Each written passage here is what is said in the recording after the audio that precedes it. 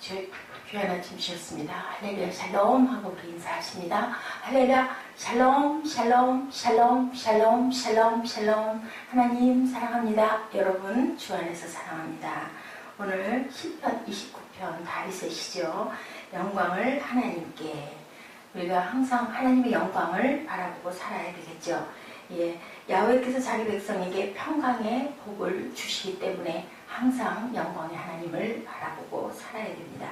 11절에 고백하죠. 야훼께서 자기 백성에게 힘을 주시며 야훼께서 자기 백성에게 평강을 주시리로다. 이렇게 힘을 주시면 우리가 얼마나 살아가는 게 기쁘고 감사하겠습니까? 항상 하나님께서는 저희에게 아름다운 것, 좋은 것으로, 가장 좋은 것으로 채워주시는 하나님을 이 아침 저희들 함께 고백하시겠습니다. 내가 심은 나무에서 내가 들인 돈을 볼 것이 아니라, 내가 심은 나무를 내가 이만큼 땀 흘려 고생했어 할 것이 아니라, 나무를 기르신 하나님의 영광을 우리가 볼 줄 알아야 된다. 내가 하고 있는 일들 속에서 일하고 있는 나를 볼 것이 아니라 그 속에서 이루게 하시는 하나님의 영광을 바라보아야 할 줄로 믿습니다. 아멘, 아멘. 하나님의 영광을 도둑질하는 사람들이 있어요. 2절에 너희 권능 있는 자들아 영광과 능력을 야훼께 돌리며 거룩한 옷을 입고 야훼께 경배할지어다. 권능 있는 자에게 말하고 있습니다. 여기서 권능 있는 자란 무엇인가 이루었다고 생각하는 사람들 또는 그런 시점을 두고 하는 말입니다. 나의 삶에 어떤 좋은 것이 이루어졌는지, 그렇다면 그것을 이루게 하신 분이 하나님이시라는 고백을 우리가 해야 할 줄로 믿습니다. 내가 잘해서, 내가 잘나서, 내가 능력이 있어서, 내가 똑똑해서, 내가 지혜가 있어서 했다라고 생각하지 마시고, 이 모든 것들을 하나님이 알게 하시고 할 수 있게 해주시고, 하나님께서 힘 주시고 능력 주시고 또한 저희들께 건강하게 영육간의 강건함을 주심으로 내가 할 수 있었나이다 라고 영광을 하나님께 고백할 줄 아는 그러한 저와 여러분의 믿음이 되어야 할 줄로 믿습니다. 아멘. 네, 아멘, 아멘입니다. 나의 삶에 어떤 좋은 것을 이루었을까? 그렇다면 그것을 이루게 하신 분에게 영광을 돌리고 감사와 기쁨과 찬양을 올려드려야 되겠죠. 그 일을 이루신 하나님을 바라보고 묵상하고, 그렇지 않고 그 이룬 일에 기뻐하고 있다 보면 영광을 하나님께 돌리지 못하고 누구에게 내가 잘해서 내가가 나서는 안 되겠죠. 이 모든 것들, 내가 숨쉬는 호흡 하나도, 내가 무엇인가를 바라볼 수 있는 눈도 모두 다 나를 지으신 아버지가 주셨다라는 것을 우리가 항상 잊지 말아야 되겠습니다. 네, 자기 자신이 잘나서 그 일을 잘했다고 생각하게 되죠. 그것은 하나님의 영광을 도둑질하는 죄일 수 있다라는 겁니다.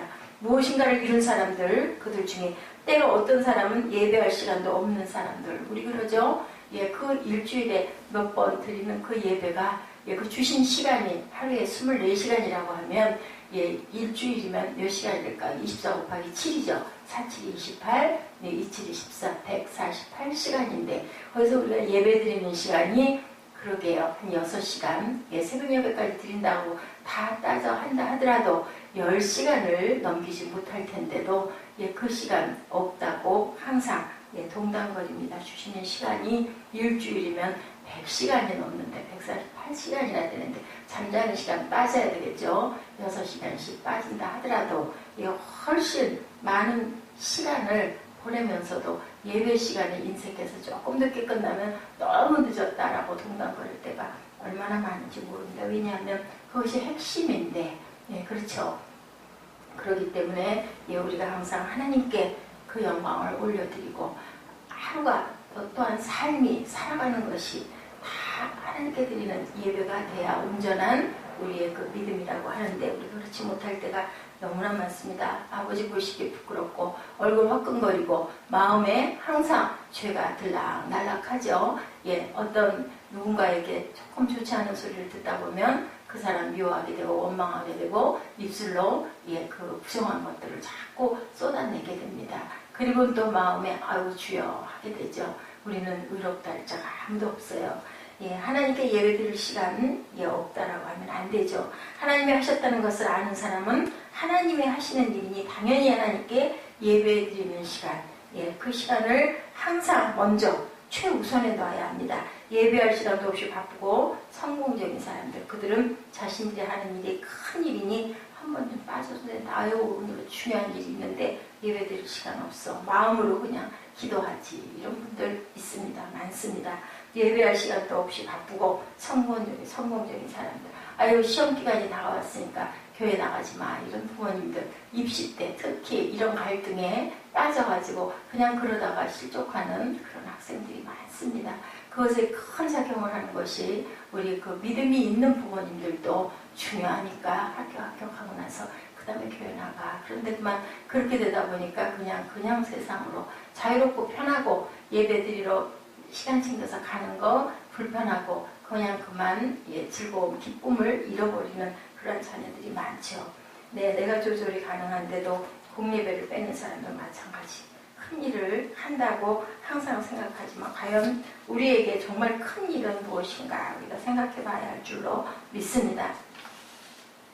우리가 이제 살아갈 때 국정의 일보다 예배드리는 것이 더 큰 일이라고 생각을 해야 하는 그런 말씀이 있습니다. 왜냐하면 국정에 나가는 것도 뭐가 있기 때문에 하나님께서 계시기 때문에 국정에 나가는 거죠. 하나님의 영광을 가로채는 일을 절대로 해서는 안 된다. 내가 중요한 일이 있다고 해서 내가 대통령이라고 해서 내가 국무총리라고 해서 내가 박사라고 해서 내가 교수라고 해서 예배, 말씀, 신학 박사라고 해서 뭐 다 하는데 그냥 목사 설교하는 목사보다 내가 더 많이 알아. 무슨 예배 맨날 똑같은 얘기 이런 마음을 먹어서는 절대로 안 된다라는 거죠. 예배를 그 예배쯤은 빠져도 된다. 그런 자긍심이 영광을 도둑질하는 거다. 하나님의 영광을 가로채고 있는 거다. 무엇인가를 기쁘고 선한 일을 이루었다면 바로 하나님께 영광을 돌릴 줄 알아야 된다. 또한 아픔이 있어도 고통이 있어도 또 슬픈 일이 있어도 하나님께 먼저 예배할 줄 알고 그 안에서 하나님께서 위로해 주시는 그 위로를 또한 저희들 기쁨으로 감사함으로 받고 그러므로 인하여 하나님을 더 깊이 만나고 가까이 만나고 할 줄 아는 그런 저희들이 돼야 된다. 부모를 공경할 줄 알아야 되겠죠. 내 육신의 부모, 그런데 영적인 부모 나를 낳으신 창조주이신 하나님을 우리가 항상 기억해야 된다. 2절입니다. 야훼의 이름에 합당한 영광을 돌리며 거룩한 옷을 입고 야훼께 경배할지어다. 우리가 하나님 앞에 이렇게 거룩한 옷을 입고 경배할 줄 알아야 됩니다. 하나님 앞에 선다는 것, 하나님 앞에 설 때 우리는 철저히 하나님의 영광을 바라볼 줄 알아야 됩니다. 더욱더 교회에서 하나님께 예배드릴 때는 하나님 앞에 서야겠죠. 예배드릴 때는 세상의 일, 명예들을 다 내려놔서 어떤 직분에 있는 사람일지라도 어떤 중요한 자리에 있는 위치에 있는 사람일지라도 하나님께 예배드릴 때는 구별되지 않게 똑같이 예배를 드려야 된다. 하나님 앞에 예배드리면서 세상의 작은 명예를 내가 뽐내고 세상의 일을 걱정하며 드린다는 것은 하나님의 영광을 해치는 하나님께 영광을 돌리는 게 아니라 하나님을 욕되게 하는 일이라는 것을 우리가 알아야 되겠죠. 잘못된 거죠. 교회 안에서는 내가 세상에서의 직책, 직분, 아무리 세상에서 중요한 자리와 위치, 나라의 대통령이라 할지라도 예배 드릴 때는 똑같은 성도여야 되고 똑같은 자리여야 한다라는 거죠. 하나님의 이름에 합당한 영광을 돌려야 한다. 그 높으신 하나님 앞에 우리가 우리의 어설픈 영광을 드러내며 있는 것은 어리석음의 극치다. 하나님을 보지 못하고 사람을 보니 사람 앞에서의 자기 영광을 드러내는 거다. 하나님보다 더 높은 자리는 없어요. 그죠? 하나님은 우리의 아버지시고 우리를 지으신 분이기 때문에 국정의 일이 바쁘다고 해서 예배를 거르는 것은 잘못된 거죠. 야훼의 소리가 물 위에 있도다. 영광의 하나님이 뇌성을 바라신 야훼는 많은 물 위에 계시도다. 야훼의 소리가 물 위에 있도다 라는 것은 구름 위에서 나는 번개 소리, 천둥 소리 그런 소리를 가지고 얘기하죠. 그러한 하나님의 놀라운 천재지변과 마지막의 심판을 생각하면 우리가 얼마나 미약한 존재임을 다시 생각해 보게 됩니다.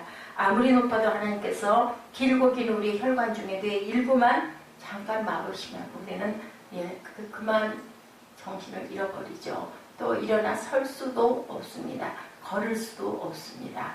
무엇도 할 수가 없습니다. 그렇기 때문에 작은 핏줄 하나도 작은 혈관 하나도 얼마나 중요한지 모릅니다. 창조주 하나님, 심판주이신 하나님의 영광을 보아야 합니다. 항상 하나님의 영광 앞에 우리는 서야 합니다. 작은 성취에 우리가 도취되거나 우리의 작은 수고에 자만하지 말고 그 일을 되게 하신 하나님의 영광을 바라보시는 저와 여러분 되시기 바랍니다. 무엇 하나 우리 혼자 이룬 것은 없습니다.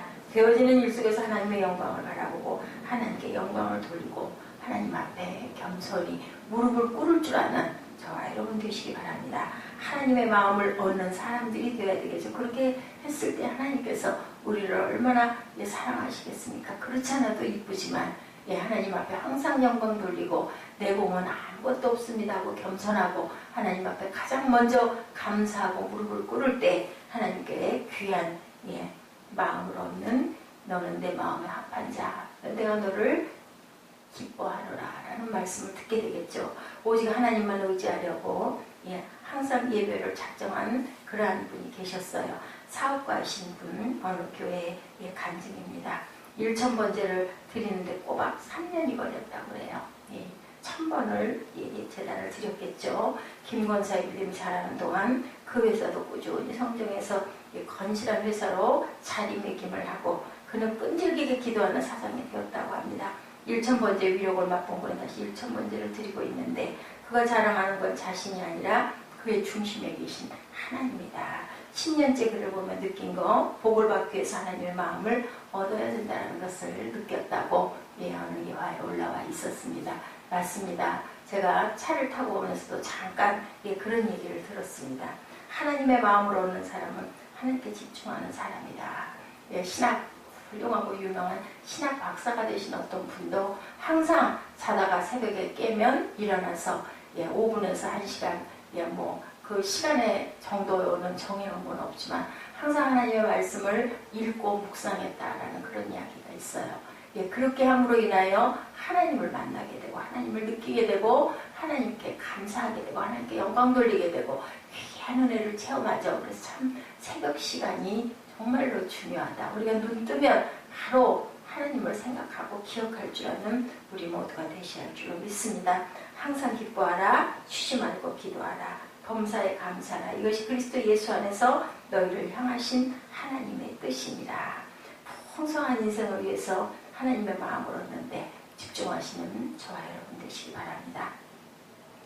하나님의 마음에 합한 사람은 그러면 과연 어떤 사람인가 찾아봤습니다. 시편 15편에 보니 야훼여 주의 장막에 머무른 자 누구오며 주의 성산에 사는 자 누구니까. 정직하게 행하며 공의를 실천하며 그의 마음에 진실을 말하며 그의 여러 남을 허물하지 아니하고 그의 이웃에게 악을 행하지 아니하며 그의 이웃을 비방하지 아니하며 그의 눈은 망령된 자를 멸시하며 야훼를 두려워하는 자들을 존대하며 그의 마음에 서운한 것은 해로울지라도 변하지 아니하며 이자를 받으려고 돈을 꿔주지 아니하며 뇌물을 받고 무죄한 자를 해하지 아니하는 자이니 이런 일을 행하는 자는 영원히 흔들리지 아니하리라. 하나님의 백성이 흠모할 만한 별명이 있다면 하나님의 사람, 그죠? 하나님이 너는 나의 사람이다 라고 그러한 아주 그 칭호를 받는 것, 그것이 정말 귀하죠. 나의 사람이다. 내 마음에 합한 자다. 누구처럼? 다윗처럼. 그죠? 하나님의 백성이 흠모할 만한 그 이름입니다. 그러나 세속화의 영향을 극복하기 어려운 우리들의 삶은 여전히 무슨 사람, 하나님의 사람이 아니라 성공의 사람이요, 돈의 사람이요, 권력의 사람이요, 그저 명예의 사람이요, 또한 쾌락의 사람이 되기 쉽습니다. 주의 장막에 거할 수 있는 사람, 그러면 도대체 누가 주의 장막에 거할까? 누가 주의 거룩한 산에 설 수 있는지. 그의 행실은 정직하게 사는 것, 옳은 일을 행하는 것, 그러면서 그 모든 영광을 아버지께 돌리는 것. 하나님의 사람의 언어는 어때야 된다고요? 진실해야 된다라고 하죠. 정직하게 행하며 공의를 실천하며 그의 마음에 진실을 말하게 하며 혀로 남을 허물하지 아니하고 이웃에게 악을 행하지 아니하며 이웃을 비방하지 아니하며 설령 나를 상처 주고 아프게 한 사람이라도 비방하지 않아야 되고 악을 행하지 않아야 되고 그 입술이 망령된 말들을 하지 않아야 됩니다. 또한 눈으로 멸시하지 말아야 됩니다. 야훼를 두려워하는 자들을 항상 존대할 줄 알아야 된다는 거죠. 그래서 우리의 언어가 이웃을 세우는 도구로 쓰임을 받아야 합니다. 그때 비로소 우리는 우리 이웃들에 의하여 하나님의 마음에 합한 사람이라는 칭찬을 받게 되죠. 내 말처럼 쉽지가 않습니다. 나에게 조금만 불쾌하게 해도 우리는 눈을 흘리게 될 수밖에 없어요. 그죠? 우리가 할 수 있는 부분은 없습니다. 그 마음도 아버지가 주셔야 되고 하나님의 믿음으로 말미암아 우리가 그것을 훈련할 수 있겠죠. 하나님과의 언약은 우리의 가치관의 완성이라는 것. 이런 우리의 부동의 가치, 영원한 가치는 이웃에 대한 약속의 지킴으로써의 신실함, 맡겨주신 재성에 대한 깨끗함으로 나타나지 않으면 안 된다. 이런 사람은 흔들리는 세상에서 흔들리지 않는 모습으로 우리가 살아갈 수 있습니다. 하나님의 마음으로 또한 사랑할 줄 알아야 된다. 시편 91편 10절입니다. 야훼를 사랑하는 너희여 악을 미워하라. 저가 그 성도의 영혼을 보존하사 악인의 손에서 건지시느니라 라고 이렇게 말합니다. 예, 지난날 사회를 어지럽히고 살인했던 김현양이 예수님의 종이 되어서 고백한 글입니다. 이 세상에 서로를 존중하며 아껴주는 마음을 가지고 사랑을 베풀면 저 같은 죄인은 다시 태어나지 않을 것이라는 것도 잊지 말고 전해달라. 예, 그리고 이재명님이라는 분을 이름을 거론했습니다. 예, 그분이 나눠주신 사랑을 어떻게 갚아야 할지 이제 조금 남은 생이지만 제가 할 수 있는 사랑을 베풀면서 살아야 되겠죠. 이렇게 고백했어요. 정말 고맙습니다. 그리고 사랑합니다. 지난 95년 세상을 떠들썩하게 했던 지존파 중 한 사람이 그리스도의 사랑을 전해준 어떤 집사님에게 보낸 편지예요. 이명재 집사님. 처음 붙잡혔을 때 고개를 빳빳이 들고 죄를 뉘우치지 않던 모습과 비교하면 얼마나 큰 차이가 있는지 불가능하게 보일 거가 보였던 그런 사람도 일방적인 사랑, 그죠? 무엇을 바라고 하는 사랑이 아니라 부어주는 사랑에 이렇게 변화된다는 것. 그들을 바꿔놓는 것은 그리스도의 사랑이었다는 것. 변하지 않을 것 같은 그러한 사람. 가족조차도 외면하고 사회에 싸늘한 눈초리가 그들에게 쏟아질 때 그 집사님은 영치군과 편지를 보내는 것은 물론 계속되는 공판에 나가 그들을 지켜보고 한 영혼을 천하보다 귀하게 여기는 마음으로 그렇게 사랑을 부어서 결국은 이러한 고백이 일어나게 하였습니다. 하나님의 마음으로 사랑할 줄 알아야 되고 또한 하나님의 마음에 합한 자들이 되었을 때 그랬을 때 하나님께서 더 귀한 내 마음에 합한 자다. 나를 사랑하는 너를 내가 축복하노라라는 귀한 그러한 호칭을 받고 그런 사랑을 받을 수 있을 줄 믿습니다. 세상의 어떤 명예보다도 세상의 어떤 성공보다도 세상의 어떤 부보다도 이것보다 부유한 것은 없겠죠. 여러분 우리 오늘 한번 더 하나님의 마음에 합한 자, 하나님의 사랑을 실천하는 자, 그래서 내가 너를 사랑하노라 라는 그러한 하나님의 귀한 칭찬을 받는 저 여러분 되시기를 주의 이름으로 축복합니다. 기도하시겠습니다.